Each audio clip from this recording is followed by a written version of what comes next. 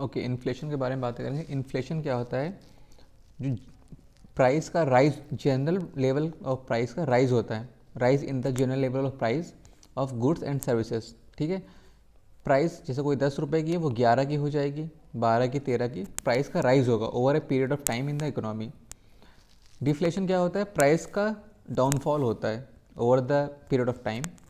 ठीक है, डिफ्लेशन में इन्फ्लेशन बिलो जीरो हो जाएगा, right.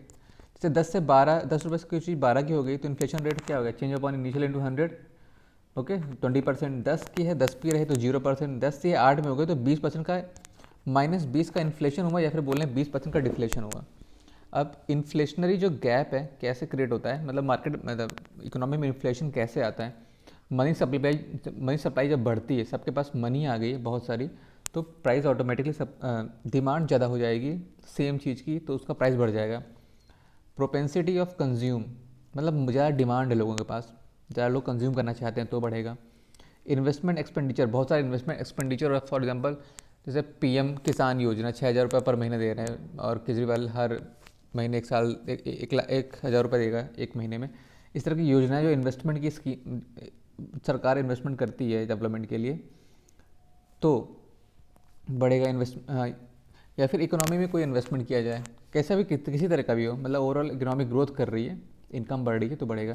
Physical deficit, government spend कर रही है डेवलपमेंटल प्रोग्राम्स में तो बढ़ेगा। नेट एक्सपोर्ट, अगर नेट एक्सपोर्ट इंक्रीज़ हो रहा हो तो इसको समझना, नेट एक्सपोर्ट अगर इंक्रीज़ हो रहा हो इसका मतलब क्या है? नेट एक्सपोर्ट तब इंक्रीज़ होगा जब वैल्यू ऑफ, जो रुपए की वैल्यू कम होगी, रुपए की वैल्यू कम होगी तब नेट एक्सपोर्ट इंक्रीज़ होगा। ठीक है, एक्सपोर्ट के लिए बढ़िया होता है रुपए की वैल्यू कम होना। ठीक है, चीज़ें सस्ती हो जाती हैं, तो जब रुपए की वैल्यू कम होगी तो सेम सेम चीज़ खरीदने के लिए तुम्हें ज़्यादा रुपए देने पड़ेंगे। ठीक है, तो अब सबके सब जो प्राइस रहेगा, जो सस्ता मतलब हो जाएगा डॉलर कंपैरिजन में। ठीक है, जब रुपए की वैल्यू कम होगी तो सेम प्राइस को खरीदने के लिए ज़्यादा रुपए देने पड़ेंगे, तो इन्फ्लेशन आएगा। ठीक है, वहाँ से रिलेट करो। High growth rate, high aggregate demand बढ़ेगी तो इन्फ्लेशन आएगा। ठीक है, अब देखो इन्फ्लेशनरी स्पाइरल क्या चीज़ होती है? अब इसको एक स्पाइरल बनता है। For example when inflation increases, जब इन्फ्लेशन बढ़ता है तो वर्कर डिमांड करते हैं हायर वेजेस को। जब हायर वेजेस लेंगे तो हायर वेजेस जब दिया जाएगा तो कॉस्ट ऑफ प्रोडक्शन में उन वेजेस को इंक्लूड भी किया जाएगा ना, तो क्योंकि कंपनी तो चलानी है। जब वो कॉस्ट ऑफ प्रोडक्शन में इंक्लूड रहेंगे तो फिर आपका जो प्रोडक्ट की कॉस्ट है वो बढ़ जाएगी। प्रोडक्ट की कॉस्ट बढ़ जाएगी तो वो जो वेजर हैं, जो एम्प्लॉयज़ हैं, वो और डिमांड करेंगे पैसों की। ठीक है, तो एक तरफ से तो देखा जाए तो उनकी इनकम भी बढ़ाई जा रही है, ऊपर से कॉस्ट ऑफ प्रोडक्शन भी बढ़ रहा है, दोनों स्पाइरल बना दिए। ठीक है, इसी तरह से अब डिफ्लेशनरी गैप देखते हैं। जब मनी सप्लाई कम होती है मार्केट में तब होता है। प्रोपेंसिटी ऑफ सेविंग, मतलब लोग कंज्यूम कम कर रहे हैं, सेविंग ज़्यादा कर रहे हैं, इस होप में कि कहीं फर्दर ये जब consumer dealing purchase with hope of further fall in prices, ये उन लोग सोचते हैं कि जैसे प्राइस तो गिर रहे हैं, क्या पता फ्यूचर में और गिरेंगे तब परचेज़ किया जाएगा। इन्वेस्टमेंट एक्सपेंडिचर कम है, इन्वेस्टमेंट एक्सपेंडिचर कम है, लोगों के हाथ में पैसा कम है। फिजिकल कंसोलिडेशन, गवर्नमेंट का अब स्पेंडिंग कम कर रही है, फिजिकल कंसोलिडेशन ज़्यादा कर रही है, तो ये इससे लोगों के हाथ में पैसा कम रहेगा एंड इन्फ्लेशन का छोड़ो डिफ्लेशन आएगा। नेट एक्सपोर्ट कम हो रहा है, राइट, मतलब नेट एक्सपोर्ट कम हो रहा है का मतलब जो वैल्यू ऑफ रुपीज़ है वो बढ़ रही है। जब वैल्यू ऑफ रुपी बढ़ेगी तो डिफ्लेशन आता है। जैसे वैल्यू ऑफ रुपी जब कम होती है तो इन्फ्लेशन आता है, जब वैल्यू ऑफ रुपी बढ़ती है तो डिफ्लेशन आता है। ठीक है, डिप्रेशन, रिसेशन चल रहा है तब एग्रीगेट डिमांड फॉल कर जाती है। वैल्यू ऑफ रुपी मतलब ऐसे समझ लो कि जब उस समय क्या होगा, जब वैल्यू ऑफ रुपी बढ़ेगी तो जो प्राइस पहले था उससे कम रुपए देने पड़ेंगे उससे सेम चीज़ खरीदने के लिए। डिफ्लेशनरी स्पाइरल कैसे बढ़ता है? फॉल इन द प्राइजेस, सामान की कीमत में गिरावट हुई तो उससे क्या होगा, लोअर प्रॉफिट टू फर्म को ज़्यादा प्रॉफिट नहीं होगा। जब प्रॉफिट नहीं हो रहा तो प्रोडक्शन कम करेंगे, प्रोडक्शन कम करेंगे तो वेजेस को कम दिया जाएगा, वेजेस कम होंगे तो लोग और फिर खरीद नहीं पाएंगे चीज़ों को, तो चीज़ों का प्रोडक्शन भी कम हो जाएगा तो डिमांड कम रहेगी, तो ये स्पाइरल बन जाता है। ठीक है, आगे देखते हैं। अब इन्फ्लेशन के कुछ टर्म्स हैं उनको देखते हैं। इन्फ्लेशन मतलब general increase in the price, inflation है। Deflation general decrease in the price. Deflation is opposite to inflation. Deflation जो भी है ये opposite to inflation, that is why negative inflation भी बोलते हैं, निगेटिव इन्फ्लेशन रेट भी बोलते हैं। इन्फ्लेशन रेट निगेटिव है, इस पर इन्फ्लेशन रेट पॉजिटिव है, मतलब more than zero positive side पे, इसमें इन्फ्लेशन रेट नेगेटिव है। डिसइन्फ्लेशन क्या होता है? डिसइन्फ्लेशन क्या है? Slow down in the inflation rate, ठीक है। जो इन्फ्लेशन की रेट है उसमें स्लो डाउन है, मतलब पहले साल बढ़ा 20% के हिसाब से, फिर 18% के हिसाब से, फिर 16% के हिसाब से, तो इन्फ्लेशन तो है अभी भी, इन्फ्लेशन तो अभी भी पॉजिटिव है, बट इन्फ्लेशन का रेट जिस हिसाब से बढ़ रहा था उसमें स्लो डाउन आ गया है, ठीक है। अब स्लो डाउन में क्या मतलब होता है? ये जो अगला टर्म है स्लो डाउन,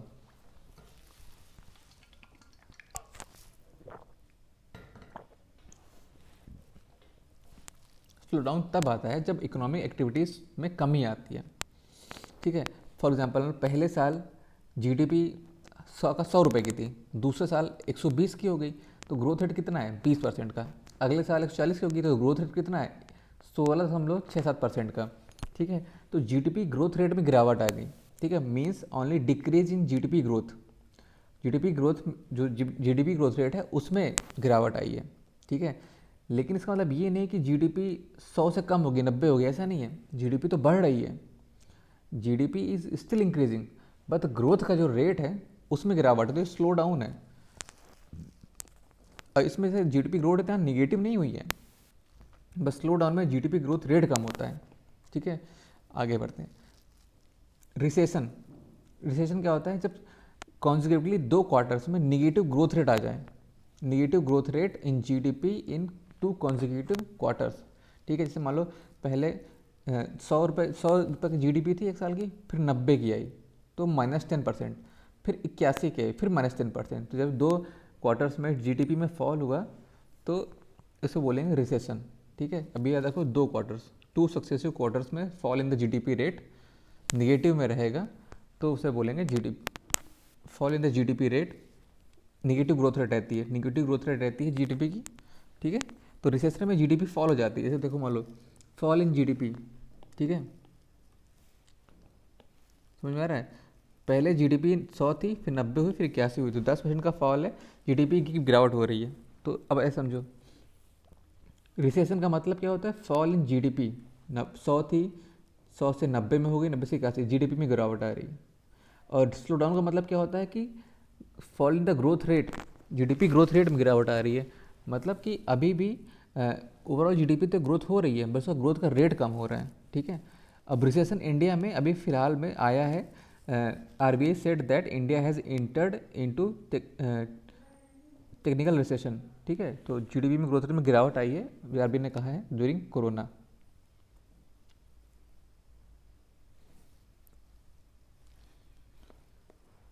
बेस इफेक्ट देखते हैं क्या चीज़ थी। बेस इफेक्ट क्या होता है? सपोज प्राइस 1 kg ओनियन का 100 रुपये है 2010 में, तो 110 हो गया 2011 में, 120 हो गया 2012 में।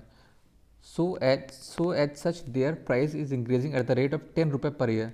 देखा जाए तो हर 10 साल में 10 रुपये की बढ़ोतरी हो रही है, 100 से 110, 110 से 120, ठीक है। अब इसमें क्या होता है कि अगर हम इन्फ्लेशन रेट निकालेंगे तो चेंज अपॉन इनिशियल इंटू 100 करते हैं। अब मान लो 2010 से 11 का देखेंगे बेस्ड ऑन प्रीवियस ईयर, मतलब 2010 का है, तो चेंज अपॉन इनिशियल इंटू 100, तो ये कितना आ जाएगा? 10% का आ जाएगा इन्फ्लेशन, ठीक है। अब अगर हम 2012 का निकालें बेस्ड ऑन द ईयर 2010 का, तो चेंज अपॉन इनिशियल इंटू 100 20%, ठीक है। या फिर अगर हम इसको माने 2011 वाले को मानेंगे तो चेंज अपॉन इनिशियल कितना हो जाएगा? 120 से 110 घटाओ 10 हो, और अपॉन 110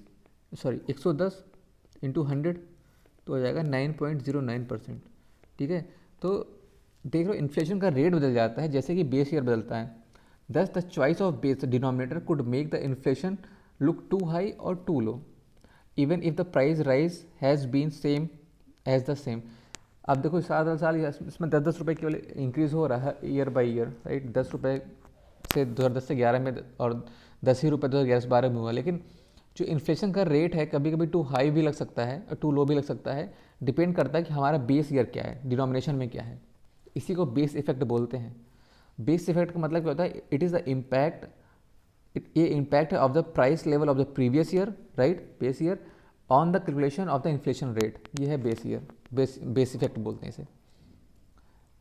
अब देखो जो इन्फ्लेशन की बात चल रही थी, इन्फ्लेशन में अगला टर्म आता है स्टैगफ्लेशन। स्टैगफ्लेशन को अगर हम सेग्रीगेट करें तो स्टैग्नेशन प्लस इन्फ्लेशन। स्टैग्नेशन मतलब लो इकोनॉमिक ग्रोथ, इन्फ्लेशन मतलब हाई इन्फ्लेशन, प्लस अगर लो इकोनॉमिक ग्रोथ है, हाई इन्फ्लेशन है, तो अनएम्प्लॉयमेंट भी हाई रहेगा। तो स्टैगफ्लेशन में जब इकोनॉमी में आता है तो तीन करेक्टरिस्टिक्स, उसके तीन फीचर्स होते हैं। पहला लो ग्रोथ, इकोनॉमिक ग्रोथ काफ़ी लो रहेगी। दूसरा लो हाई इन्फ्लेशन रहेगा। तीसरा हाई अनएम्प्लॉयमेंट रहेगा। तो अब स्क्यूफ्लेशन क्या होता है? ये है episodic price rise in one और स्मॉल ग्रुप ऑफ कमोडिटीज़। तो इसमें क्या होता है कि पूरी पूरी इकोनॉमी में इन्फ्लेशन नहीं होता है, कुछ स्मॉल सेक्शन ऑफ आइटम्स में इन्फ्लेशन आता है। फॉर एग्जांपल ओनियन इन्फ्लेशन, जैसे प्याज की महंगाई होती है, ओनियन इन्फ्लेशन, ये है स्क्यू इन्फ्लेशन। स्क्यूफ्लेशन का एग्जाम्पल। हेडलाइन इन्फ्लेशन क्या होता है? हेडलाइन इन्फ्लेशन का मतलब होता है total inflation with in an economy. मतलब कि सारे के सारे आइटम्स में करके ये ओवरऑल दिखते हैं, तो हेड इन्फ्लेशन बोलते हैं। Usually presented in the form of CPI WPI। CPI WPI form में प्रेजेंट किया जाता है। हेडलाइन इन्फ्लेशन में सारे आर्टिकल इंक्लूडेड होते हैं। कोर इन्फ्लेशन में क्या होता है? Headline inflation minus inflation in food and fuels. Food and fuels को क्यों माइनस किया गया है? क्योंकि ये हाईली वोलेटाइल होता है, कभी कभी ये बढ़ जाता है और कभी कभी ये घट जाता है। तो इसके ये जब अगर ये वाला फूड और फ्यूल शामिल रहता है तो इतनी अच्छी पिक्चर नहीं देता है इन्फ्लेशन की। तो कोर इन्फ्लेशन क्या होता है? Headline inflation. कोर में किस में इन्फ्लेशन है? जिसमें परमानेंटली बना रह रहा है, तो वो एलिमेंट हटाता है जो वोलेटाइल है। तो headline inflation minus inflation in food and fuel energy, तो उसे बोलेंगे कोर इन्फ्लेशन। रिफ्लेशन क्या है? रिफ्लेशन मतलब इन्फ्लेशन आ रहा है बिकॉज गवर्नमेंट फिजिकल स्टिमुलस लेके आ रही है, राइट? इसलिए आ रहा है stimulus in the economy by bringing money supply. Government tries to give fiscal stimulus by reducing taxes, increasing public procurement. Such action takes economy from deflationary path towards inflationary path. That is this process reflation. और थोड़ा सा inflation economy के लिए अच्छा भी है, ठीक है। अब डिमांड पुल इन्फ्लेशन क्या होता है? डिमांड पुल इन्फ्लेशन में क्या होता है? प्राइस का राइज होता है। तो डिमांड पुल इन्फ्लेशन में क्या होता है कि गुड्स एंड सर्विसेज की डिमांड ज़्यादा हो रही है, प्राइस राइज हो रहा है बिकॉज प्राइस राइज हो गया क्योंकि गुड्स की डिमांड ज़्यादा है, गुड्स या सर्विस की डिमांड ज़्यादा है। डिमांड ज़्यादा क्यों है? क्योंकि दो तरीके हैं, या तो सप्लाई कम है और बहुत ही कम गुड्स हैं, सब लोग चाहते हैं उस गुड्स को, इसलिए उसके प्राइस ज़्यादा बढ़ रहे हैं, या फिर सबके पास रुपए ज़्यादा आ गए हैं तो वो कुछ गुड्स के पीछे जा रहे हैं ताकि और गुड्स का दाम बढ़ रहा है। तो इससे बोलते हैं डिमांड इन्फ्लेशन, मतलब प्राइस में राइज है बिकॉज ऑफ डिमांड बढ़ रही है गुड्स एंड सर्विसेज की। मॉनेटरी इन्फ्लेशन क्या है? RBI मनी प्रिंट कर रही है, इसकी वजह से इन्फ्लेशन आ रहा है, प्रिंटिंग ऑफ मनी। इससे कई बार इसको बोलते हैं मोनेटाइजेशन ऑफ डेफिसिट। डेफिसिट का मोनेटाइजेशन होता है bye printing money by RBI, तो इन्फ्लेशन आता है। कभी कभी इसमें हाइपर इन्फ्लेशन भी आ जाता है। कॉस्ट पुश इन्फ्लेशन क्या होता है? देखो, कॉस्ट पुश इन्फ्लेशन क्या होता है कि प्राइस का राइज हो रहा है due to increase in the cost of input, ठीक है। इनपुट जो भी कोई चीज़ बनाने में जो इनपुट लग रहे हैं, मान लो एक गाड़ी बनाने में जो इनपुट लग रहा है, टायर लग रहा है, तेल लग रहा है, मशीनरी लग रही है, इंजन लग रहा है, उन सब के प्राइस बढ़ गए, इसकी वजह से आउटपुट का प्राइस बढ़ गया, तो इसे बोलते हैं कॉस्ट पुश इन्फ्लेशन। मतलब कॉस्ट पुश मतलब प्राइस बढ़ा because of cost of input. Demand pull inflation मतलब कॉस्ट बढ़ा बिकॉज ऑफ डिमांड बढ़ रही है। अब आते हैं क्रीपिंग इन्फ्लेशन। 4% पर एनएम के हिसाब से जो इन्फ्लेशन है अप्रॉक्सीमेट, तो वो बोलते हैं क्रीपिंग इन्फ्लेशन। वॉकिंग इन्फ्लेशन में मोर देन 4% ऑनवर्ड्स, तो हाँ इसे बोलेंगे वॉकिंग इन्फ्लेशन। और रनिंग इन्फ्लेशन, रनिंग इन्फ्लेशन होता है जब इन्फ्लेशन का 2 डिजिट में होता है, जैसे 11, 15, 50, 60, तो ये 2 डिजिट में है तो रनिंग इन्फ्लेशन। हाइपर इन्फ्लेशन मतलब 20 से लेकर 100 इसके आसपास का होता है तो हाइपर इन्फ्लेशन होता है। जब डेफिसिट को मोनेटाइज करते हैं तो हाइपर इन्फ्लेशन आता है। अब कुछ इंपॉर्टेंट कर्व देख लो जो इकोनॉमी में है। पहला जे कर्व। जे कर्व है trade balance, export minus import और वैल्यूएशन ऑफ करेंसी को लेकर। ये BPO के रिस्पेक्ट में है। Phenomena when countries balance of trade initially worsens following a devaluation और depreciation of its economy before it recover to higher level than where it started, ठीक है। पहले क्या होता है कि जो ये जे कर्व उस फिनोमेना को दिखाता है कि वेयर कंट्रीज़ का बैलेंस ऑफ ट्रेड है इनिशियली तो ख़राब होता है, फॉलोइंग जैसे जब भी हम डिप्रिसिएशन या फिर डिवेल्यूएशन करते हैं करेंसी का, और उसके बाद ये फिर हायर लेवल, मतलब इसके बाद ये रिकवर होता है टू द हायर लेवल तक जाता है। ठीक है, तो बैलेंस ऑफ ट्रेड और डिवेल्यूएशन के बीच में ये ग्राफ है, जे कर्व। ठीक है, लेफर कर्व क्या है, LAFFER लेफर कर्व। देखो LAF कर लो और TAX कर लो। ठीक है, टैक्स मतलब क्या, टैक्स रेवेन्यू और टैक्स रेट, इसके बीच का कर्व है। इसमें ये, इसका ये मतलब है टैक्स का रेट अगर 0 हो और 100 हो, दोनों ही केस में टैक्स कलेक्शन 0 होगा। Tax collection will be 0, tax का collection will be 0 mean tax rate either 100 or 0। ठीक है, फिलिप्स कर्व क्या होता है, फिलिप्स कर्व क्या होता है, ये जो आई है फिलिप्स में, ठीक है, इस आई को समझो इन्फ्लेशन। फिलिप्स में जो ये दो आई है, आई से इन्फ्लेशन।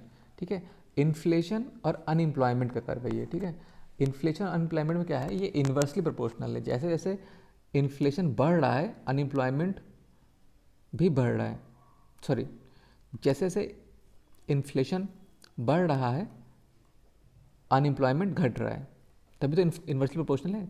इन्फ्लेशन देखो ये बढ़ रहा है, यहाँ से आते गए और ये इधर जा रहे हैं, ये घट रहा है। application in short run only because in large run inflationary policy need not to generate employment। देखो जो हेल्दी इकोनॉमी होती है उसमें हल्का सा इन्फ्लेशन रहता है, राइट, बट फिलिप्स कर्व में इन्फ्लेशन और अनएम्प्लॉयमेंट का ग्राफ है। ठीक है, अब इन्फ्लेशन बढ़ता है तो अनएम्प्लॉयमेंट कम होता है, बट ये केवल शॉर्ट रन में ही अप्लीकेबल है। लॉन्ग रन में इन्फ्लेशनरी पॉलिसी इम्प्लॉयमेंट बहुत जनरेट नहीं होते हैं। And Phillips curve does not hold true in case of stagflation. Stagflation case में ट्रू नहीं है, क्योंकि स्टैगफ्लेशन केस में क्या होता है, स्टैगफ्लेशन केस में इकोनॉमिक ग्रोथ बहुत कम है। ठीक है, इकोनॉमिक ग्रोथ बहुत कम है, इन्फ्लेशन बहुत ज़्यादा है, अनएम्प्लॉयमेंट भी बहुत ज़्यादा है। ठीक है, तो स्टैगफ्लेशन, फिलिप्स कर्व स्टैगफ्लेशन का के टाइम पे फेल हो जाता है। अब बताए लॉरेंस कर्व। लॉरेंस कर्व में क्या है, ये बेसिकली इनइक्वालिटी एंड पॉवर्टी के बारे में बताता है। ठीक है, इसमें ये जो ग्राफ है, ये पूरा ये जो ग्राफ है ये, इसमें ये क्यूमुलेटिव परसेंटेज ऑफ इनकम, मतलब जो भी इनकम है क्यूमुलेटिव परसेंटेज 20%, 40%, 60%, 80, 100, और ये क्या है, क्यूमुलेटिव परसेंटेज ऑफ पॉपुलेशन का परसेंटेज है 20%, 40, 60, 80, 100। ये जो लाइन है ये शो करती है परफेक्ट इक्वालिटी। मतलब देखो यहाँ से 20 गए, यहाँ से 20, यहाँ मतलब कि जो 20% लोग हैं उनके पास विश्व की 20% वेल्थ भी है, इनकम भी है। यहाँ पर देखो 40, जब 40% लोग हैं उनके पास 40% इनकम भी है, उसी तरह 60% लोग हैं 60% इनकम भी है। ठीक है, तो ये है परफेक्ट इक्वालिटी, जितने परसेंट लोग उतनी परसेंट इनकम। अब ये है लॉरेंस कर्व, ये इंडिया का लॉरेंस कर्व है, ये है ब्राज़ील का लॉरेंस कर्व। तो जैसे ये जो ब्राज़ील का लॉरेंस कर्व है, तो यहाँ पर ये कंक्लूजन निकलेगा कि Brazil have more inequality than India. ये लॉरेंस कर्व किसके लिए है, इनइक्वालिटी के लिए है। ठीक है, तो जो Brazil have more inequality than India, और ये दोनों ही लॉरेंस कर्व हैं। ठीक है, अब आता है गिनी कॉफिशिएंट, एक कॉफिशिएंट आता है गिनी कॉफिशिएंट, इससे इनइक्वालिटी का अंदाज़ा लगता है। इसकी रेंज होती है 0 से लेकर 1 तक की। ठीक है, 0 से 1 तक की होती है। ये गिनी कॉफिशिएंट है, वर्ल्ड बैंक का बनाया हुआ कॉफिशिएंट है। अब इससे हम निकालेंगे, अच्छा, ये जो क्यूमुलेटिव परसेंटेज ऑफ पॉपुलेशन है ये स्टार्ट करता है पूरेस्ट से, यहाँ से प्यूरेस्ट है। ठीक है, पुअरेस्ट और इधर बढ़ता जाएगा रिचेस्ट तक में। ठीक है, अब आता है गिनी कॉफिशिएंट को हम कैसे निकालते हैं। अब क्या है, area between perfect equality line and Lawrence curve, मतलब इस एरिया की बात हो रही है, perfect equality line Lawrence curve की। अब बटा half of the area of square in which Lawrence curve lies.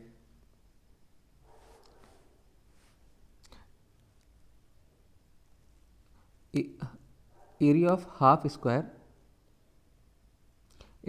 Square in which Lawrence curve is like fix in nature. देखो जो ये एरिया है, इसकी ये कह रहा है, ठीक है, ये बटा ये एरिया।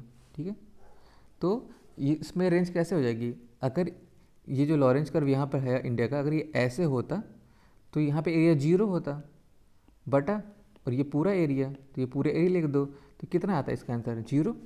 तो जब 0 होंगे तो परफेक्टली इक्वल है।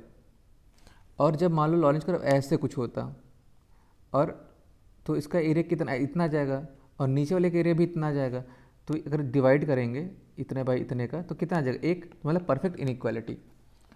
लॉरेंज कर्व जब 0 रहेगा परफेक्ट इक्वालिटी, 1 रहेगा परफेक्ट इनइक्वालिटी। गिनी कोफिशिएंट वर्ल्ड बैंक का लॉरेंज कर्व इनइक्वालिटी के लिए है। और दोनों एक्सिस पे क्या क्या है, क्यूमुलेटिव एज of, cumulative percentage of income, cumulative percentage of population. ठीक है, अब आगे देखते हैं इंडिसेस देखते हैं। अभी इंडिसेस देखने से पहले तुम यहाँ शुरू करो। जो भी इंडिसेस हैं, ठीक है, पहले सबके नाम देख लो। CPI से कंज्यूमर प्राइस इंडेक्स होता है, WPI से होलसेल प्राइस इंडेक्स होता है। ठीक है, IIP index of industrial production होता है। ठीक है, इंडेक्स ऑफ 8 कोर इंडस्ट्री एक ही होती है। ठीक है, अब consumer price index industrial worker, agriculture labour और रूरल लेबर का भी होता है। फिर CPI रूरल, अर्बन और ऑल इंडिया लेवल पे भी होता है। ये मंथली बेसिस पे होते हैं। ठीक है, अब देखो सबसे नीचे आओ पहले, WPI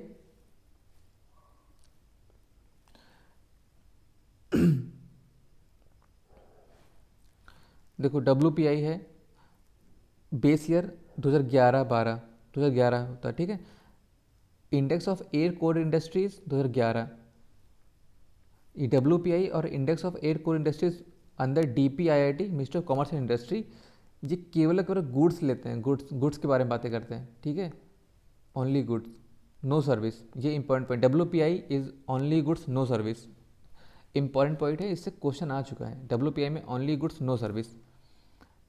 अब PPI production of industrial index का, तब sorry, production price index, PPI production price index क्या होता है, इसमें भी बेस ईयर 2011 होता है। और ये भी DPIIT, ministry of commerce and industry. PPI cover both goods and service, ये दोनों ही गुड्स और सर्विस कवर करते हैं। It measures price changes from seller perspective. ठीक है, जो बेच रहा है, जो प्रोड्यूसर है, उसके पर्सपेक्टिव से प्राइस मेजर करता है, सेलर पर्सपेक्टिव। अब अगला आता है GDP, IIP और CPI। GP, IIP और CPI में ऑल इंडिया, अर्बन, रूरल, दोनों तीनों। GDP, IIP और CPI CSO under ministry of MoSPI. GDP तो ईयरली होता है, IIP index of industrial production 6 week monthly होता है, मंथली। ठीक है, CPI मंथली होता है, WPI मंथली होता है। अब CPI में जो एग्री लेबर, रूरल लेबर और इंडस्ट्रियल वर्कर, अब देखो लेबर और वर्कर, जब ये तीनों शब्द आते हैं तो labour bureau under ministry of labour and employment, इसके अंदर आता है, मिनिस्ट्री ऑफ लेबर के अंदर आता है। ठीक है, अब देखो मिनिस्ट्री ऑफ जो इंडस्ट्रियल वर्कर है, इस ये 2016 है, ये याद रखो 2016 है। ठीक है, क्योंकि अभी इसमें रिसेंटली अमेंडमेंट हुए हैं ना इंडस्ट्रियल एक्ट में, तो 2016 कर दिया गया है। और मिनिस्ट्री ऑफ एग्री लेबर और रूरल लेबर, इनका है 1986 और 87। ठीक है, समझ में आ गया। अब ऊपर से देखते हैं शुरुआत से ही। अब देखो CPI में क्या होता है, CPI में ministry of worker, CPI industrial worker, CPI agriculture labour, CPI rural labour, ये तीनों में वर्कर लेबर है, तो मिनिस्ट्री ऑफ लेबर इसमें आएगा, ये मिनिस्ट्री ऑफ लेबर निकालती है। और मिनिस्ट्री ऑफ इंडस्ट्रियल वर्कर, ये recently industrial labour code update किया गया है, तो 2016 वहाँ पे बेस ईयर रखा गया है। बाकी दोनों का 1986-87 दोनों का ही है। ठीक है, अब CPI रूरल, अर्बन और ऑल इंडिया, ये तीनों क्या है, मंथली बेसिस पे है CPI। ठीक है, इसके अंदर CSO मॉस्पी इसको निकालती है, 2012 इनका बेस ईयर है, 2012 बेस ईयर है। ठीक है, CPI वालों का, CPI का 2012 बेस ईयर है, बाकी सबका 2011 बेस ईयर है। इसको भी लिख लो, यही थोड़ा सा एक अलग भी है। CPI का 2012 बेस ईयर है। ठीक है, आगे चलते हैं। अब आता है consumer price index. Consumer price index 2012 base year है, पहली बात, बहुत इंपॉर्टेंट चीज़ है ये, 2012 बेस ईयर सीपीआई मॉस्पी निकालती है, ठीक है। आरबीआई यूज़ करती है this for the inflation targeting. CPI all India, CPI जो ऑल इंडिया की सीपीआई है, सीपीआई ऑल इंडिया को आरबीआई टारगेट करती है for use of inflation targeting के लिए आरबीआई यूज़ करती है सीपीआई ऑल इंडिया को। बेस ईयर 2012 है। अभी मंथली बेसिस पे है, पहली बात। दूसरा एक बड़ा, इसमें देखो वेटेज होता है, ठीक है। बहुत सारे मतलब आइटम्स को वेटेज दिए जाते हैं। इसमें सबसे ज़्यादा फूड एंड बेवरेज को दिया गया है। फूड एंड बेवरेज को दिया गया कितना, फूड एंड बेवरेज को दिया गया है 45.86। फिर आता है सर्विस, सर्विस को दिया गया है 20%।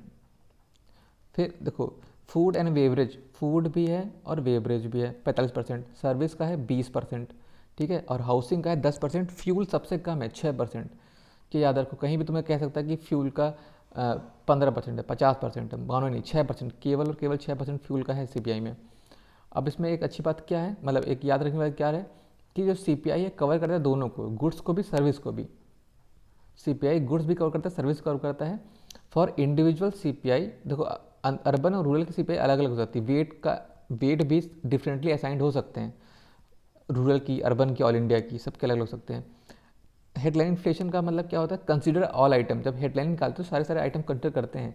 जब कोर सीपीआई निकालते हैं तो headline CPI minus inflation in food and energy, because both items are volatile in nature and by calculating concluding these as thus them we can not get the real idea of inflation. तो इसको अगर include करेंगे तो हो सकता है हमें real idea of inflation ना मिले, क्योंकि ये तो वोलेटाइल है फूड और एनर्जी, ठीक है। इसलिए कोर इन्फ्लेशन के लिए head inflation, head CPI minus inflation in food and energy, किसमें, फूड में और एनर्जी में, दो में, ठीक है। अब आता है होलसेल प्राइस इंडेक्स। जैसे इसमें सीपीआई ऑल इंडिया में 2012 बेस ईयर है, होलसेल प्राइस इंडेक्स में 2011 बेस ईयर है, अंदर DPIIT ministry of commerce and industry, ठीक है। और ये भी मंथली निकालते हैं, जैसे सीपीआई मंथली निकालते हैं वैसे डब्ल्यूपीआई भी मंथली निकालते हैं। इसमें भी हम वेट को असाइन करते हैं, ठीक है, वेट असाइन करते हैं। वेट देखो, अब क्योंकि देखो होलसेल प्राइस इंडेक्स है तो ये प्रोडक्शन मैन्युफैक्चरिंग सेक्टर का देखेगा ज़्यादा, तो इसमें मैन्युफैक्चर्ड प्रोडक्ट हैं 64%, इसको वेट दिया गया है। 64% दिया गया है वेट मैन्युफैक्चर्ड प्रोडक्ट को। देन प्राइमरी आइटम्स को 23%।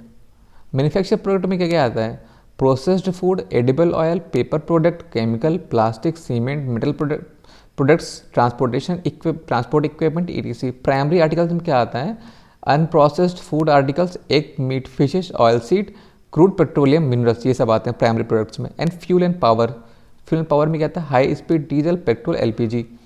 तो इन्होंने इसमें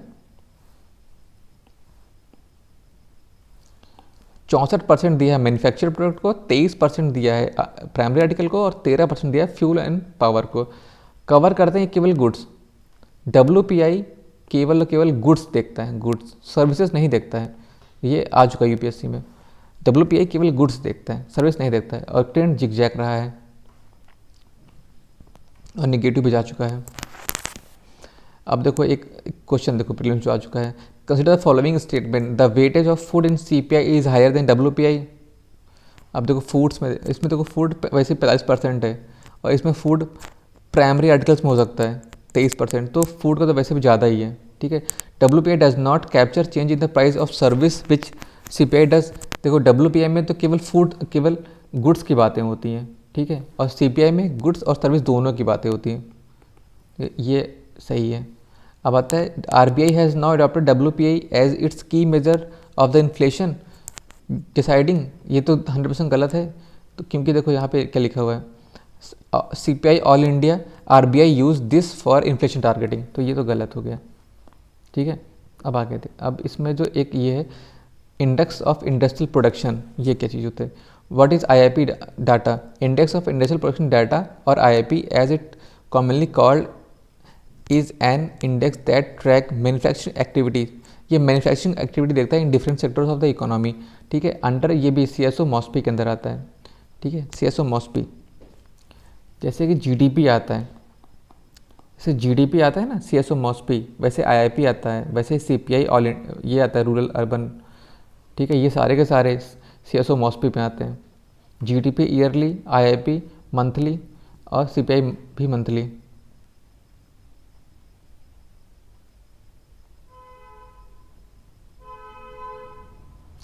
अब देखो बेस ईयर इसका भी 2011 है।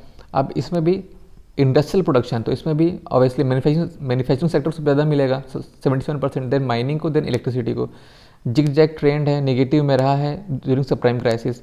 अब आता है इंडेक्स ऑफ 8 कोर इंडस्ट्रीज। अब एक देखो जैसे ये इसमें ये लोग हैं CSO अंडर मॉस्पी, एक कोर इंडस्ट्रीज़ हैं DPIIT under ministry of commerce and industry, इसमें आती है। ठीक है, एयर कोर इंडस्ट्री, ये दोनों इंपॉर्टेंट क्वेश्चन बन सकता है। DPIIT और मॉस्पी के अंदर आता है,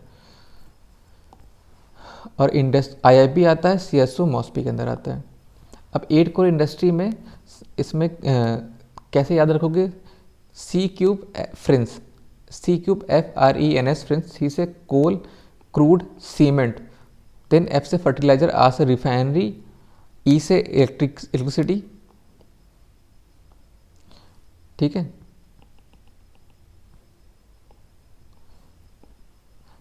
C से कोल, क्रूड, सीमेंट, F से फर्टिलाइजर, R से रिफाइनरी प्रोडक्ट, E से इलेक्ट्रिसिटी, N से नेचुरल गैस, S से स्टील। अब देखो फर्टिलाइजर सबसे आखिरी में है, याद रखो फर्टिलाइजर का 8वां स्थान सबसे आखिरी में फर्टिलाइजर का। पहले पे कौन है, रिफाइनरी प्रोडक्ट, रिफाइनरी प्रोडक्ट पहले में है, कोल चौथे में है, क्रूड 5वें में है। कोल चौथे में, क्रूड 5वें में, फर्टिलाइजर 8वें में और रिफाइनरी फर्स्ट में, ये याद रखो। कलेक्टिवली जो 8 इंडस्ट्रीज़ हैं ये कमांड करती हैं 42.27 weight the overall IIP। Overall जो IIP है, ये जो IIP है इसका 40.27% तो इन 8 इंडस्ट्रीज से आता है। तो ये एक पॉइंट है, मतलब ये लेस देन 50% है, ये भी याद रखो। अब आगे चलते हैं, इसमें आता, अब थोड़ा सा देखते हैं एग्रीकल्चर के बारे में। ठीक है,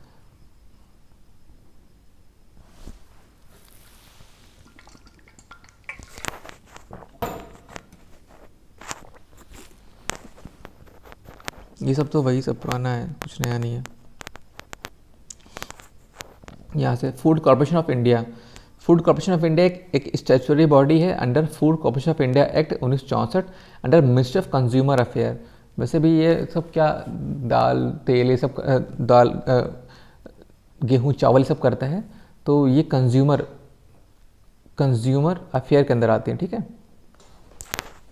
अब आता है इनका काम under the ministry of consumer affair food and public distribution. Objective क्या है, price support to farmer, food grain to PDS, buffer for nations food security. सही है, रिस्पॉन्सिबल फॉर किस चीज़ के लिए रिस्पॉन्सिबल होते हैं, प्रिक्योरमेंट ये सब प्रिक्योर करते हैं, फिर स्टोरेज करेंगे, प्रिक्योर करेंगे तो स्टोरेज करेंगे, स्टोर करने के बाद movement of the food grains, food grain को ले जाएंगे भाई गोदाम पे, फिर गोदाम में रखेंगे, डिस्ट्रीब्यूशन करेंगे through out the country for the PDS, distribution कर दिया, फिर मेंटेनेंस करेंगे बफर स्टॉक। ये सारे काम इनके हैं FCI के।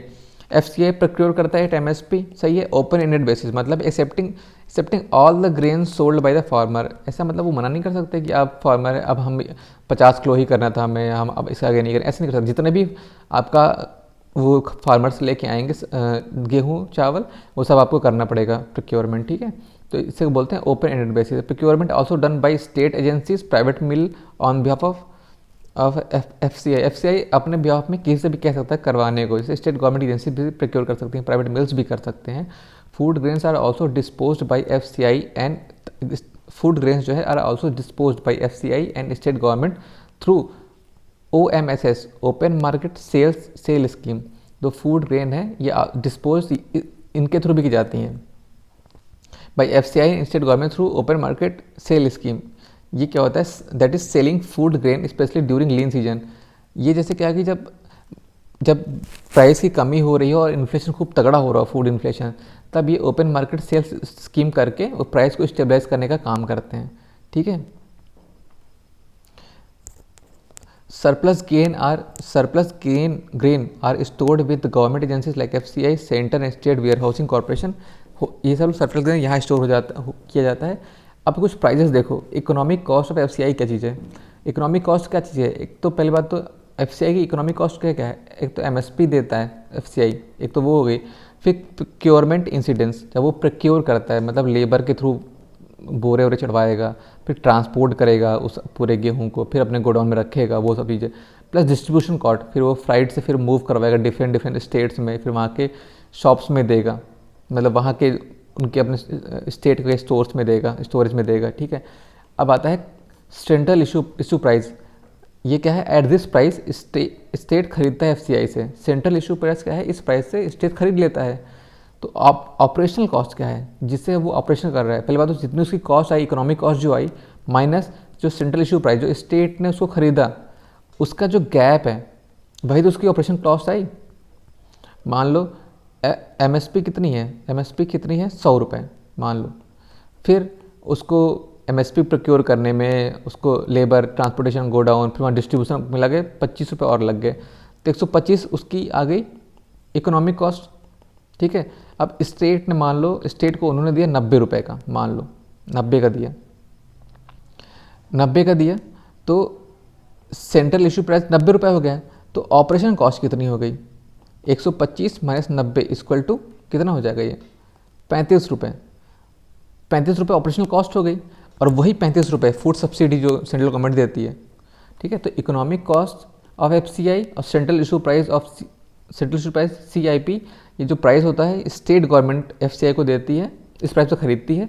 ऑपरेशनल कॉस्ट क्या होता है, इकोनॉमिक कॉस्ट माइनस CIP, ठीक है। और वही रिम्बर्स होता है government of India food subsidy करती है, ठीक है। स्टेट से जब स्टेट में कोई चीज़ सामान आ गया, फिर वो PTS आउटलेट को जाएगा, वहाँ से लोगों को जाएगा। अब स्टेट तो चाहे अपना इशू प्राइस भी कर सकती है। इशू प्राइस क्या होता है कि माना कि स्टेट ने FCI से सेंट्रल इशू प्राइस पे लिया है, लेकिन वो लोगों को देती है इशू प्राइस पे, से 2 रुपये किलो, 3 रुपये किलो, इस टाइप का वो इशू प्राइस स्टेट का होता है, ठीक है। अब इस पर क्वेश्चन देखते हैं। इस पर क्वेश्चन क्या है, पहला question, regarding the procurement of food grains government of India follows the procurement target rather than open ended policy. गलत, हम ओपन एंडेड पॉलिसी फॉलो करते हैं, हमारा कोई प्रोक्योरमेंट टारगेट नहीं होता है। पहला तो गलत, तो ये गलत, ये गलत। Government of India announce MSP only for cereals, गलत। चार केवल सीरियल्स के लिए नहीं होती हैं, 4 कैटेगरी की क्रॉप्स होती हैं उनके लिए होता है, तो दूसरा भी गलत। For distribution under target public distribution system wheat and rice are issued by government of India at uniform central issue price to state and territories, सही है। अब आता है economic cost of food grains of FCI is MSP and bonus if any pay to the farmer plus procurement incidental और distribution cost.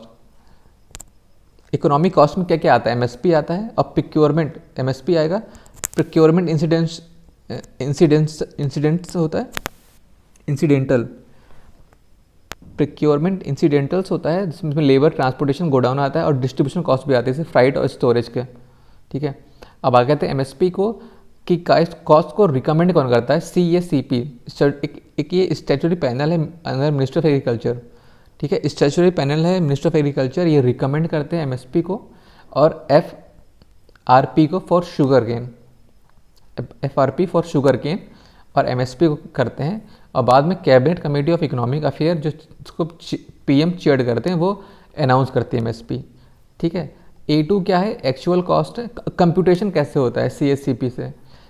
A2 actual cost है directly incurred by the farmer, ये cost directly farmer को देनी पड़ती है जब वो फसल उगाता है, in the form of seed में, इनपुट कॉस्ट में, फर्टिलाइजर में, पेस्टिसाइड में, हायर करता है लेबर को, depreciation from the farm building, ये सब करता है। तो एक्चुअल कॉस्ट। FL क्या है, फैमिली लेबर, मतलब ये अनपेड फैमिली लेबर है। ये तो सरकार का जो ऑफिशियल MSP है वो क्या है, A2 प्लस FL इंटू 1.5 गुना कर दो उसका, तो सरकार ही देती है। बट स्वामीनाथन कमेटी की जो है उसमें C2 का फार्मूला है, उसमें अगर वो लोग और एक्स्ट्रा कॉस्ट जोड़ते हैं, जैसे कि ये जिस फील्ड पे ये जुताई हो रही है, खेती हो रही है, मान लो ये फील्ड किराए की होती तो रेंट कितना देता, वो सारी कॉस्ट जोड़ कर जो फार्मूला आया है वो C2 फार्मूला आया है, ठीक है। लेकिन गवर्नमेंट फॉलो करती है A2 प्लस FL इंटू 1.5 गुना, ये करती है।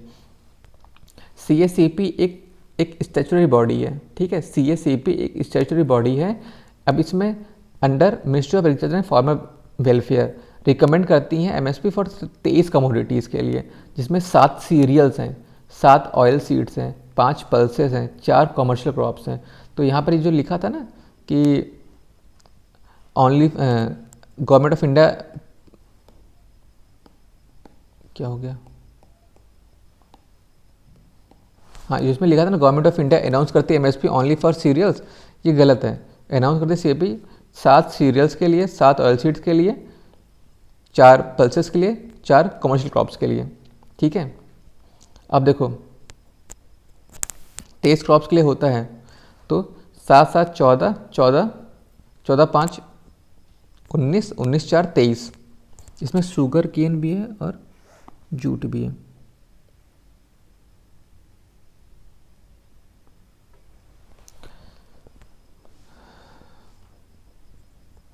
अब देखो इसमें क्या है, शुगर केन और जूट के लिए FRP किसके लिए होता है, शुगर केन के लिए भी होता है, जूट के लिए भी होता है। FRP शुगर केन और जूट के लिए होता है। और MSP 4 कैटेगरी के होते हैं, oil seed, cereals, pulses and commercial crops, ठीक है। In addition of 23 crops government also notify FRP for MSP 23 crops के लिए हो, फिर FRP होता है शुगर केन के लिए और जूट के लिए। मार्केट इंटरवेंशन स्कीम क्या है, to support commodities for which MSP are not notified, fruit and vegetable, for example fruits and vegetable, उन सारी क्रॉप जिसके लिए MSP नोटिफाइड नहीं है उसके लिए मार्केट इंटरवेंशन स्कीम चलाई जाती है और इन कमोडिटीज़ को सपोर्ट किया जाता है। प्राइस स्टेबलाइजेशन फंड क्या होता है, scheme to protect consumer from rising price. Price stabilisation fund वो होता है जैसे कि कोई चीज़ है, मतलब कोई प्रोडक्ट है, उसका कोई क्रॉप, उसका प्राइस राइज कर रहा है, तो वहाँ पर कस्टमर को उससे बचाने के लिए प्राइस स्टेबलाइजेशन फंड होता है, उसका यूज़ करते हैं। अब PM आशा क्या है, PM आशा 100% सेंट्रल सेक्टर स्कीम है टू फिक्स MSP, इसकी टू फिक्स MSP, राइट। जो MSP में जो इश्यूज़ क्रिएट होते हैं ना MSP को लेकर, उन सबको सही करने के लिए है PM आशा। अब इसमें कंपोनेंट्स क्या क्या हैं, इसका फुल फॉर्म क्या है, PM अन्नदाता आय संरक्षण अभियान, ठीक है। इसमें इसका बॉस कौन है, agriculture ministry, central sector scheme है, 100% फंडेड बाय गवर्नमेंट। इसमें क्या प्राइस सपोर्ट स्कीम है, central agencies will henceforth also do physical procurement of pulses, oil seed and copra. Price support scheme में ये कहा गया कि सेंट्रल जो एजेंसीज हैं अब वो आगे से पल्सेस को और ऑयल सीड्स को और कोपरा को भी प्रोक्योर करेंगी। दूसरा price deficiency payment scheme. Price deficiency payment scheme क्या है कि जैसे कि मूल्य में कमी भुगतान योजना। If farmer sells oil seeds crop to private merchant in APMC mandis who are paying less than MSP price, then the government will directly transfer the difference of money in farmer's bank account, ठीक है। अगर कोई farmer MSP से कम में बेचता है तो वो जो कमी है उतना पैसा फार्मर के बैंक अकाउंट में भेजा जाएगा। और प्राइवेट प्रोक्योरमेंट स्कॉटिश स्कीम क्या है, private agencies will hire procurement of the commodities at MSP on behalf of the government। Private agencies अब ये MSP पे प्रोक्योर करेंगी on behalf of the government. अब अगले आता है PM किसान योजना। किसान जो है, किसान को 6000 मिलेंगे, ठीक है। 100% यूनियन पे करेगा, एग्रीकल्चर मिनिस्ट्री की स्कीम है। फॉर्म जो स्कीम अवेलेबल है सारे फॉर्म साइजेस के लिए irrespective all farmers irrespective of the form size. कोई फॉर्म साइज जो सबके लिए होगा, पहले लिमिटेशन थी बट अब सबके लिए है। 6000 पर ईयर होगा, 3 इक्वल इंस्टॉलमेंट्स होंगे 2-2000 के। अब ई नाम क्या है, ई नाम एक पैन इंडिया ट्रेडिंग पोर्टल है। इम्प्लीमेंटिंग एजेंसीज, ई नाम की इम्प्लीमेंटिंग एजेंसी है SFAC, small farmer agri consortium, small farmer agri business consortium. ये क्या है, ये सोसाइटी है, ठीक है। E NAM pan India trading portal है, इम्प्लीमेंटिंग एजेंसी है SFAC, और ये एक सोसाइटी है, कोई स्टैचुटरी बॉडी नहीं है, केवल एक सोसाइटी है। ई किसान मंडी क्या है, अंडर NAFED। ये क्या है, ये इनिशिएटिव है, national agriculture cooperative marketing federation of India का इनिशिएटिव है, जो कि एक सोसाइटी है, कोई स्टैचुटरी बॉडी नहीं है, ठीक है। आप देखते हैं MSP, इसमें देखते हैं MSP for MFP minor forest produce के लिए MSP की बात होती है। देखो ये जो MSP फॉर MFP है, माइनर फॉरेस्ट प्रोड्यूस है, ये रिकमेंड CSCP के द्वारा नहीं किया जाता। CSCP सारी crop, serial, oil seed, pulses इनका और शुगर केन जूट इनका करती है, ये माइनर फॉरेस्ट प्रोड्यूस का नहीं करती है, ठीक है। ये जो MSP और MFP है हर 3 साल में रिवाइज किया जाता है by pricing cell of the ministry of tribal affair, ठीक है। TRIFED is the nodal agency इसकी है, ठीक है। ये प्राइजिंग सेल द्वारा प्राइस निर्धारित किया जाता है under ministry of tribal affair, और TRIFED is the nodal agency. और माइनर फॉरेस्ट प्रोड्यूस जो है, forest produce other than timber, ये आता है इसमें। जो फॉरेस्ट प्रोड्यूस है टिम्बर के अतिरिक्त, ये लकड़ी का यहाँ तक का जो पार्ट है ये टिम्बर में आता है, और इसके ऊपर का जो पार्ट है वो नॉन टिम्बर में आता है, ठीक है। Forest produce other than timber, ये आते हैं माइनर फॉरेस्ट प्रोड्यूस कहते हैं। Obtain without cutting trees, tree को नहीं काट सकते हैं। बैम्बू अब मतलब अब ट्री नहीं है, ठीक है। और जो नॉन फॉरेस्ट एरिया है उसमें बैम्बू काट सकते हैं, नॉन फॉरेस्ट एरियम, केवल फॉरेस्ट एरियम नहीं, नॉन फॉरेस्ट एरियम काट सकते हैं। बैम्बू हो गया, फ्रूट हो गया, हनी हो गया, वैक्स हो गया, रेजिन्स हो गया, ये सब है। FRA 2006 जो है, फॉरेस्ट राइट एक्ट 2006, ये गिव्स ओनरशिप और MFP टू फॉरेस्ट डेवलपर्स, जो फॉरेस्ट में रहते हैं उन्हीं के पास माइनर फॉरेस्ट प्रोड्यूस की ओनरशिप है। MSP बेस्ड ऑन किस चीज़ में इस चीज़ की MSP बेस्ड होती है?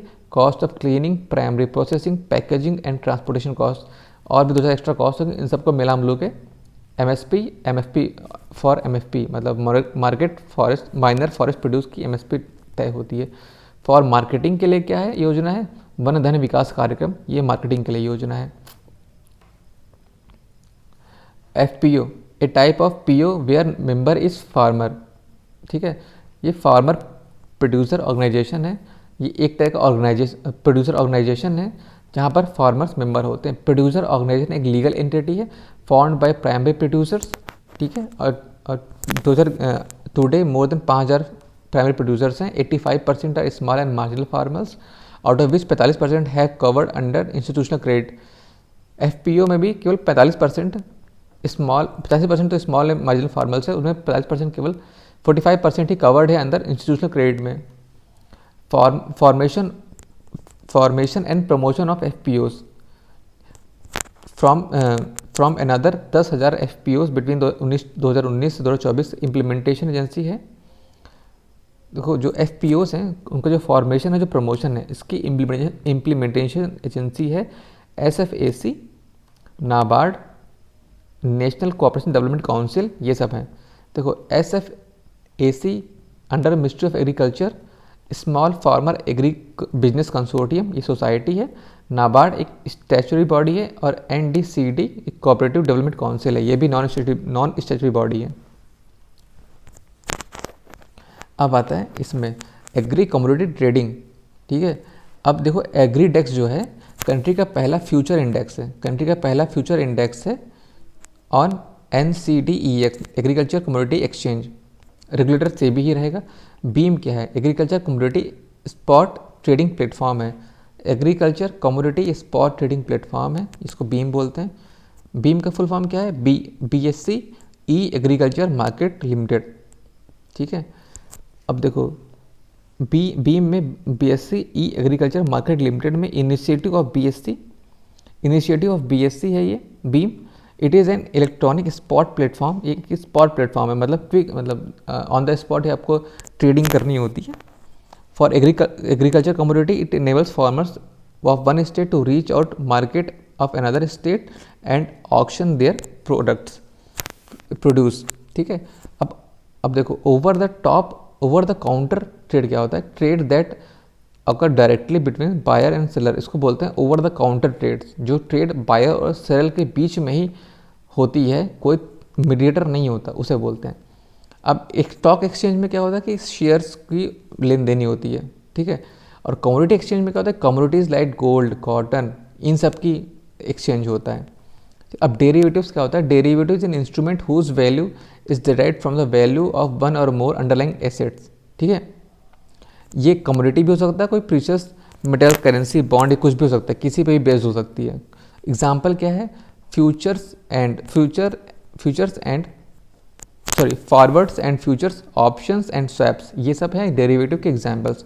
फ्यूचर्स क्या होता है, there is an agreement to buy and sell of specified quantity of financial instrument और financial physical commodity in designated future month.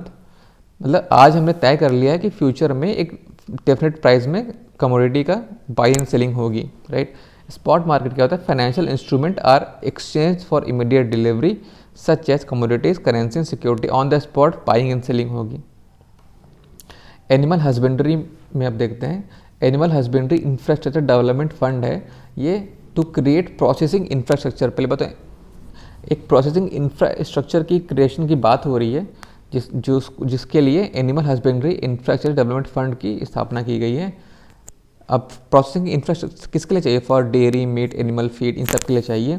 इसमें कोई भी जो 90% तक लोन दिया जाएगा 10 और उसमें 3% का सबवेशन रहेगा और 10% अथवा बेनिफिशरी खुद ही लेके आएगा, ठीक है।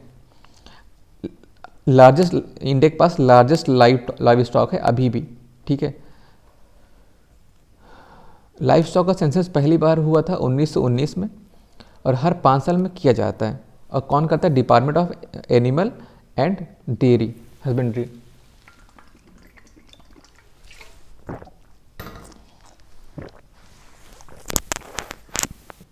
Department of animal husbandry and dairy. और लाइव स्टॉक सबसे ज़्यादा तो इंडिया फर्स्ट है लाइव स्टॉक के मामले में, दूसरा बफेलो के मामले में भी फर्स्ट नंबर पे है। मिल्क प्रोडक्शन इंडिया में सबसे ज़्यादा होता है 1998 में। तो दो बातें बहुत अच्छी याद रखो, लाइव स्टॉक हमारे यहाँ सबसे ज़्यादा है, दूसरा हमारे यहाँ मिल्क प्रोडक्शन सबसे ज़्यादा है सिंस 1988। और फिर फिश प्रोडक्शन में हम सेकंड नंबर पे, फिश में, पोल्ट्री में, गोट में हम सेकंड नंबर पे। मिल्क में पहले में है, लाइव स्टॉक में पहले में है, लाइव स्टॉक में भी पहले में है, मिल्क में पहले में है, ठीक है। अब आता है फिशेस का, देखो इनलैंड फिशेस 64% तो फिशेस इनलैंड है, ठीक है, और 36% मरीन फिशेस हैं। इनलैंड फिशेस ज़्यादा है हमारे पास, 36% मरीन फिशेस हैं। इंडिया सेकंड लार्जेस्ट प्रोड्यूसर है फिश का और फोर्थ लार्जेस्ट एक्सपोर्टर है। सबसे ज़्यादा, दूसरा सबसे ज़्यादा प्रोड्यूसर है इंडिया, ठीक है। फिशरीज एक स्टेट सब्जेक्ट भी है। फिश क्रायो बैंक्स क्या है, fish sperm for fish farmers क्या है, फिश स्पर्म का कलेक्शन रखेंगे फिश फार्मर्स के लिए। पीएम मत्स्य संपदा योजना क्या है, सितंबर 2020 में आई, 5 साल के लिए। इंफ्रास्ट्रक्चर को बढ़ावा मिलेगा, स्टार्टअप्स को बढ़ावा मिलेगा, एफपीओ को बढ़ावा मिलेगा, इन सब के लिए है। एग्रीकल्चर एक्सपोर्ट्स क्या है, एग्रीकल्चर एक्सपोर्ट पे देखते हैं, India has consistently maintained trade surplus in agriculture products में, ठीक है। जो हम एक्सपोर्ट हमारा सरप्लस है लगातार, ठीक है, 2.5 लाख करोड़ का हम एक्सपोर्ट करते हैं। अब आगे आता है हार्मोनाइज्ड सिस्टम क्या होता है। हार्मोनाइज्ड सिस्टम कोड जो है वो खादी के लिए है, khadi allocated separate HS code by ministry of commerce and industry. HS code system is 6 digit का कोड है, आइडेंटिफिकेशन कोड है। ये WCO ने इशू किया है फॉर कस्टम पर्पस के लिए। बट इंडिया का जो HS कोड है वो खादी के लिए 8 डिजिट का है, ठीक है। राष्ट्रीय कामधेनु आयोग एक स्टैट्यूटरी बॉडी नहीं है, ठीक है, under ministry of agriculture, husbandry and dairy.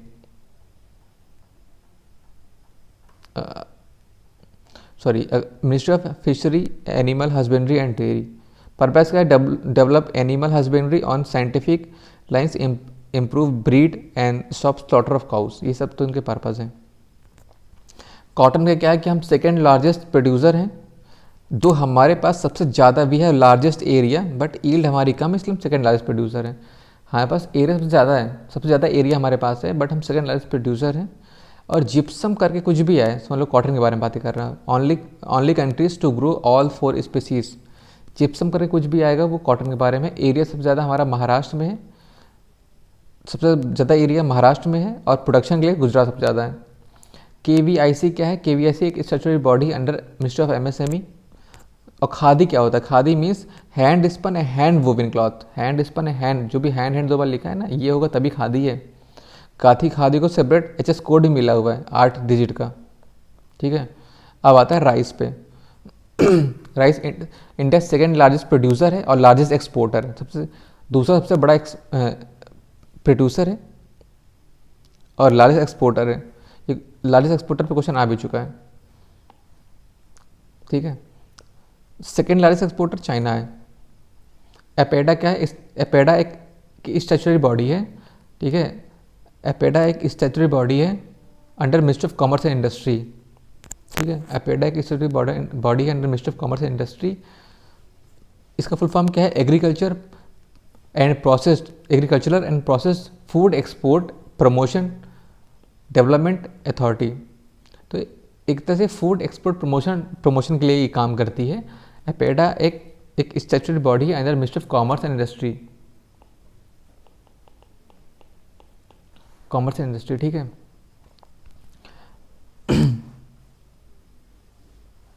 आगे देखते हैं। डायरेक्ट सीडिंग ऑफ राइस क्या चीज़ होती है? डायरेक्ट सीडिंग ऑफ राइस, देखो राइस को पहले प्लांट करो इन नर्सरीज में, नर्सरी के बाद ट्रांसप्लांटेशन करो। इन DRC direct seeding of rice में क्या है? There is no need for submerging field in water and transplanting since herbicides are use. ऐसे पहले फील्ड को पानी से भरने के बाद सैपलिंग नहीं लगाना है, आप नर्सरी में ग्रो करो, उसके बाद फिर आप ट्रांसप्लांटिंग करो, ठीक है। अब आता है शुगर केन पे देखते हैं। देखो शुगर केन, जो शुगर में जो मिलता है वो MSP होता है, और जो शुगर केन जो लगता है वो फेयर रेन्यूमरेटिव प्राइस लगता है, ठीक है। MSP is for sugar, FRP और SAP is for sugar cane, ठीक है। सेंट्रल बाई ये जो FRP डिसाइड किया जाता है by central on the recommendation of CSEP, और CSEP कंसल्ट करती है स्टेट गवर्नमेंट से भी, शुगर इंडस्ट्रीज से भी। और फैक्टर्स क्या क्या है? Production cost, recovery of sugar, molasses, bagasse, इन सबका मिला मिलो के FRP निकालते हैं। FRP ने रिप्लेस किया था स्टैट्यूटरी मिनिमम प्राइस को 2009 में, ठीक है। और SAP क्या है? स्टेट एडवाइज प्राइस है, ये स्टेट गवर्नमेंट निकालती है। FRP सेंटर निकालती है और SAP स्टेट निकालती है। FRP से मान लो हमें कम और प्राइस देना है, मतलब FRP से हमें और ज़्यादा प्राइस देना चाहती है गवर्नमेंट, सरकार मिल वर्कर्स को, मतलब किसानों को, तो FRP में SAP जोड़ देते हैं, ठीक है। मिनिमम सेलिंग प्राइस क्या है? शुगर के लिए होता है, शुगर केन के लिए नहीं, शुगर के लिए होता है MSP। अंडर शुगर प्राइस, ये जो CSCP है under sugar control order, under essential commodities act 1955 के अंदर आता है। जो शुगर का ये जो प्राइस FRP है, ये under sugar cane control order 1966 under essential commodities act 1955 इसके अंदर आता है, ठीक है। अब आता है usually SAP is higher than FRP, obviously higher ही रहेगा, ये सेंट्रल गवर्नमेंट का प्राइस है FRP, SAP स्टेट गवर्नमेंट का है, तो और जो नेट आता है सेंट्रल गवर्नमेंट प्राइस में SAP जुड़ के आता है, तो हायर ही रहेगा, ठीक है। अब आता है ये समझो, शुगर केन जो होता है, शुगर केन से दो चीज़ निकलते हैं, शुगर केन का जूस निकलता है और बेगेसी निकलती है। बेगेसी तो इसे छिलका विलका होता है, इसे पावर जनरेशन में यूज़ कर लेते हैं, पावर प्रोड्यूस करने में, और शुगर केन से का जूस से फिर शुगर बनाते हैं, गुड़ बनाते हैं और मोलेसिस बनाते हैं। मोलेसिस का फर्दर हम एल्कोहल और इथेनॉल में यूज़ करते हैं, ठीक है। अब इसमें मोलेसिस इधर बाई, अब इसमें दो क्वेश्चन देख लेते हैं। पहला है with reference of the usefulness of by products of sugar industries which the following statement are correct. जो बेगेसी होती can be used as a biomass fuel for generation of energy, अब एब्सोल्युटली राइट, वो छिलका विलका रहता है, use कर सकते हैं। Molasses can be used as one of the feed stock for the production of synthetic chemical fertilisers. देखो मोलेसिस एक ऑर्गेनिक प्रोडक्ट है और सिंथेटिक केमिकल मतलब ये कह रहा है आर्टिफिशियल प्रोडक्ट्स बनाने के लिए, मैन मेड, तो ये तो गलत हो गया क्योंकि ऑर्गेनिक प्रोडक्ट से ऑर्गेनिक प्रोडक्ट ही बनेगा। Molasses can be used for production of ethanol, right, molasses ethanol production में यूज होता है, तो 1 और 3। अब देखो molasses is by product of sugar production process, एकदम सही है, बाई प्रोडक्ट है। Bagasse obtain in sugar mills is use as a fuel the boiler to generate steams, ये भी सही है। Sugar can only B produce from the sugar cane, ये गलत है क्योंकि शुगर बीट्स जो चुकंदर होता है उनसे भी प्रोड्यूस कर सकते हैं, ठीक है। जूट जो होता है 100 जूट पैकेजिंग मटेरियल एक्ट 1987 में 100% of food grain and 20% of sugar shall be mandatory packed in jute. जो फूड ग्रेन्स होंगे वो सारे के सारे जूट के बैग में होंगे और शुगर भी 20% तक जूट के बैग में ही होगी, पैक होगी। अब आता है ethanol blending. Bioethanol is an alcohol produce from fermentation of carbohydrate and cellulosic material. तो बायोइथेनॉल कैसे बनता है? फर्मेंटेशन से किसका? Carbohydrate fermentation and cellulosic material का मटेरियल ऑफ द क्रॉप होती है, उनका फर्मेंटेशन से बायोइथेनॉल बनता है। बायो इकोनॉमी को हम वुड मिथेनॉल इकोनॉमी में जो मिथेनॉल होता है, मिथेनॉल को हम वुड एल्कोहल भी बोलते हैं। ये नेचुरली भी ऑप्टेन होता है और नेचुरली भी मिलता है, आर्टिफिशियली मिलता है, राइट। और बायोडिग्रेडेबल होता है, फ्लेमेबल होता है, सोर्स ऑफ रिन्यूएबल एनर्जी होता है। Made from destructive distillation. देखो मिथेनॉल जो होता है वो destructive distillation of would say बन सकता है। ऑल्सो प्रोड्यूस फ्रॉम वुड का डिस्ट्रक्टिव डिस्टिलेशन से बन सकता है and also produce from coal से प्रोड्यूस कर सकते हैं, नेचुरल गैस से प्रोड्यूस कर सकते हैं, बायोमास से प्रोड्यूस कर सकते हैं। यूज ऑर्गेनिक सिंथेटिक, ये और मिथेनॉल ऑल्सो यूज़ किया जाता है इन ऑर्गेनिक सिंथेसिस में। यूज एज ए फ्यूल किया जाता है, यूज एज सॉल्वेंट किया जाता है, use as a antifreeze में भी किया जाता है। जब हिमालय में जाते हैं, जब बहुत ठंडी पड़ने लगती है, वहाँ पर जो गाड़ी की इंजन में इसको डाल देंगे तो फ्रीज नहीं होगा पेट्रोल डीजल, ठीक है। वुड से बन सकता है मिथेनॉल, एल्कोहल कोल से, नेचुरल गैस से, बायोमास से बन सकता है। कॉन्ट्रैक्ट फार्मिंग कंकरेंट इस लिस्ट में आता है। फर्स्ट स्टेट तमिलनाडु जिसने कॉन्ट्रैक्ट फार्मिंग मतलब के लिए लॉ बनाया था based on model law 2018। Supreme Court ने कहा कि farmer will be here Supreme Court ने farmer will here be consider as a consumer. Contract farming में फार्मर एक कंज्यूमर का रहेगा and that is why have all protection under consumer protection act के अंदर सारे प्रोटेक्शन मिले हुए हैं। अब आता है bamboo is not tree any more. Centre ने एग्जेम्प्ट किया है bamboo grown in non forest area, जो बम्बू नॉन फॉरेस्ट एरिया में है, फ्रॉम डेफिनेशन ऑफ ट्री। वो ट्री नहीं है, फॉरेस्ट एरिया वाला ट्री है, नॉन फॉरेस्ट एरिया वाला ट्री नहीं है, हेंस उसको काट सकते हैं और इकोनॉमिकल एक्टिविटीज़ में यूज़ कर सकते हैं। पेड़ काटना मना है, बट बम्बू जो नॉन फॉरेस्ट एरिया में उसको काटना मना नहीं है। ऑर्डिनेंस ने अमेंड किया है द फॉरेस्ट एक्ट को। The bamboo has cease to be tree any more. Bamboo taxonomically एक ग्रीन ग्रास है, was registered as a tree under forest act. Government hope that the promotion of cultivation of bamboo in the non forest area में, इससे दो बातें होंगी कि income increase होगी farmers की, दूसरा ग्रीन कवर भी इंक्रीज होगा, ठीक है। Before ordinance issued the definition of tree in the law include palm, bamboo, brushwood and cane, इन सबको भी इंक्लूड करते थे ट्री के उसमें डेफिनेशन में। Thank you.